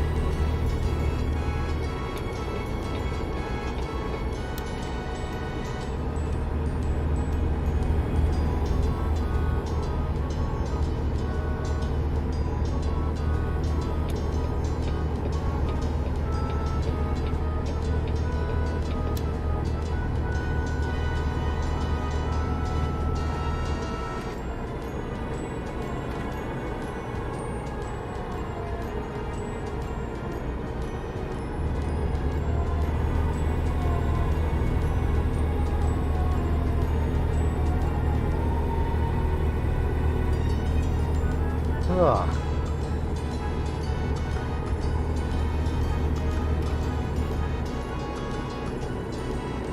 You know, it really should have clicked for me that this was a long trip. I'm also not doing a great job of staying in my own lane. When do I do a good job of that? I tend to leave my lane a lot. Or is it I'm just in that many lanes?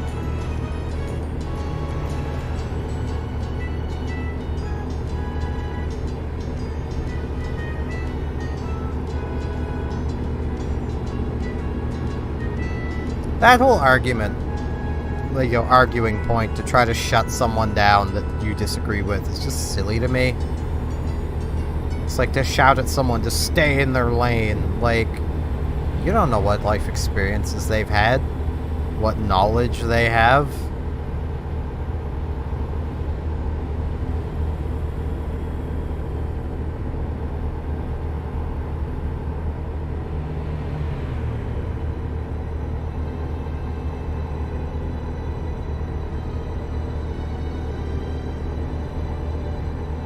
I I mean, just using a lighthearted example and something that I've literally just brought up. I'm a gaming nerd that never had a major interest in like World War II's history. But I could probably give you quite a few specs and point out inconsistencies and errors in various games that try to be realistic, like War Thunder. Even though I'm not a War Thunder player. And not a military historian. You don't really need to be to research things.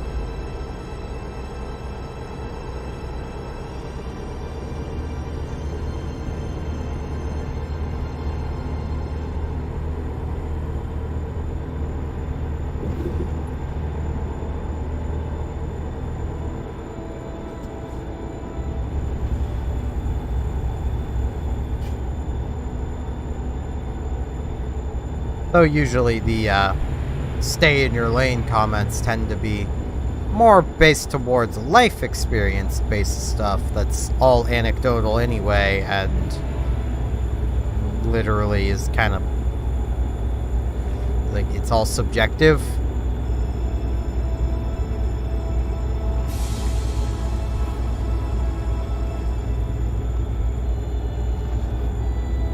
Like I was subjected to I need to be this way. I was subjected to a lot of bullying as a kid. Got into a lot of fights. To me, I don't care. It doesn't bother me. It didn't back then either. It just thickened my already thick skin even more. To the point where there is basically nothing anyone can say to me that is going to even remotely offend me. Unless they're saying something completely wrong, or, you know, basically literally slandering me. That would offend me. But that's really about it. You basically have to break the law to offend me. But someone else may not have that same experience. So to then say, shout at me to stay in my lane about bullying, that's just because I have a different outlook, because I reacted to it differently. You know, so does everybody. Literally everybody reacts to bullying differently.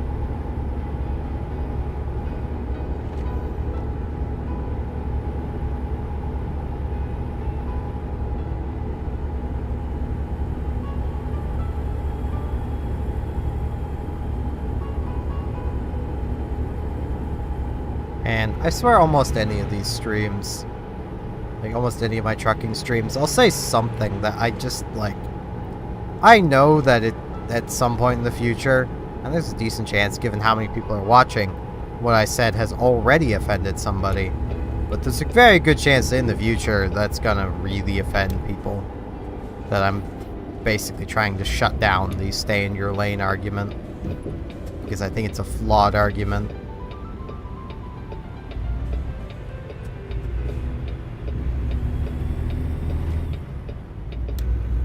Wow, this job took almost exactly 2 hours.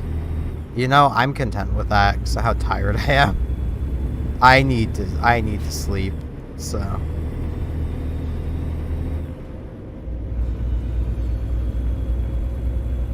I mean, hell, I know my opinions on piracy is enough to offend people. I don't care. Doubt I ever will. Like, no obligation to ever watch my content. You don't like what I say, my opinions, just leave. I don't mind. Watch content you enjoy. Like, that's literally what I want people doing. If you enjoy my stupid content, watch me. If you don't, don't. Like...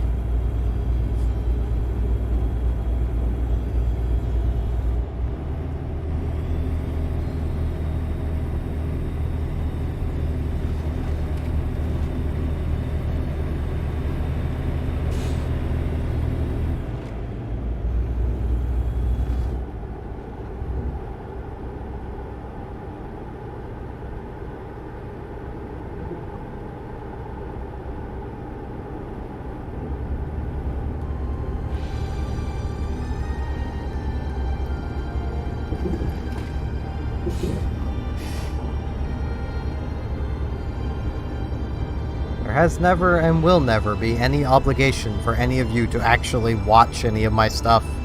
You don't like it, don't watch. Simple as that.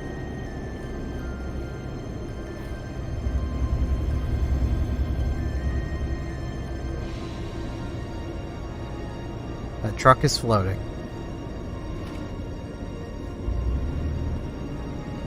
It's also going really slow. Can I squeeze in here? Yes and no.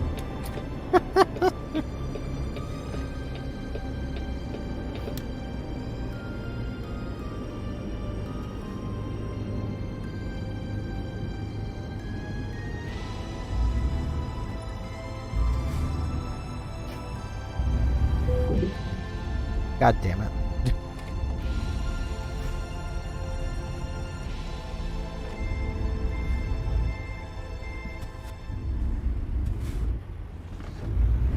Come on, trailer.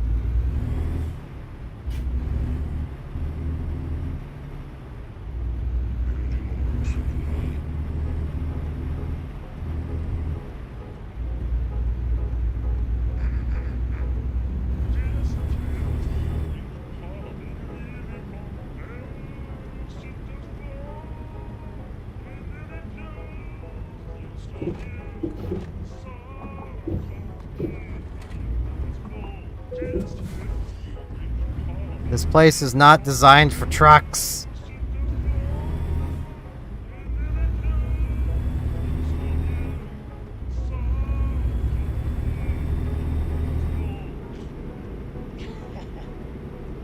Well, let me guess I have to actually pay a toll here or something.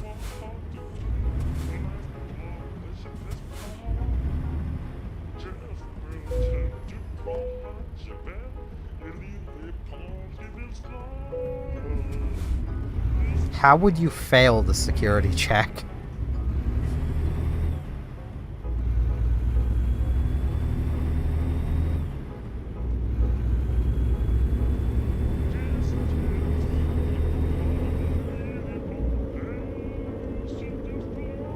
I actually wonder also if it's possible to skip all of that.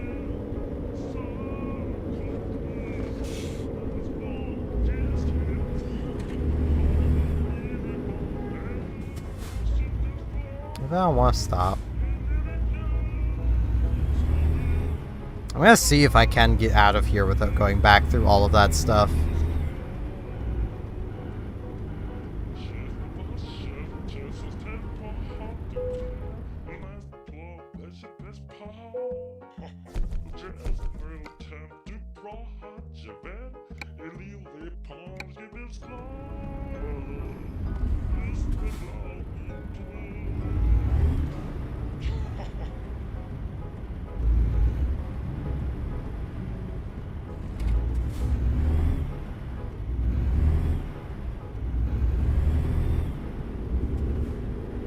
I care not for your lines, for this is technically a parking lot.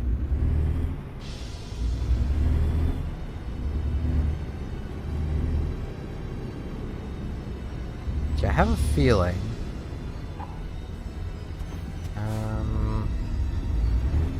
If I go...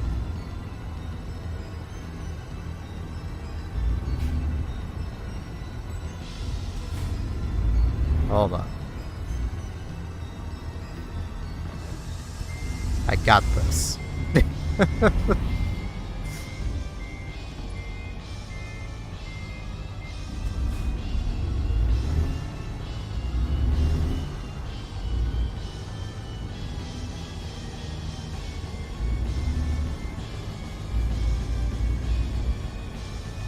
I go in here.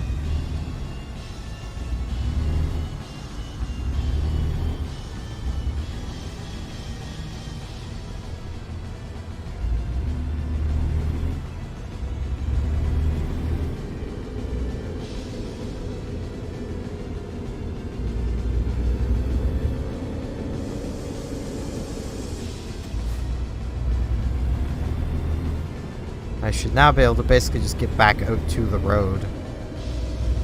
I am going backwards, but...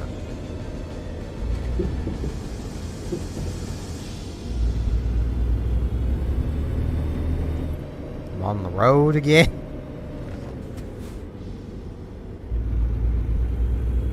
Right turn. Yeah, I could have literally got in there without dealing with any of the security bull crap. That's beautiful.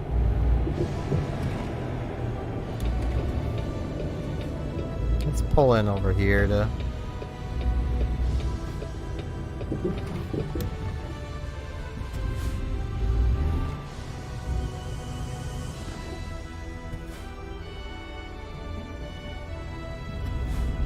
Yeah, let's actually pull in.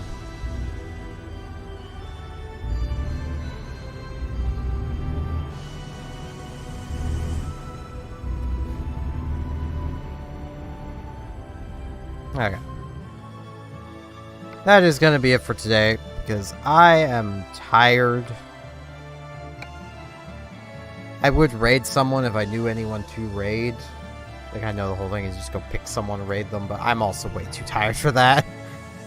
I do want to spread the love of the raid on, but I cannot, so y'all just go watch someone together. Just pick someone and go. Yeah. Thanks everyone for watching. Hopefully I'll be back here tomorrow for another stream. Probably won't be more Truck Sim unless I'm this tired again, in which case it will be. Yeah. Thanks everyone for watching, and hopefully I'll see you back some other time. Probably tomorrow. See y'all then.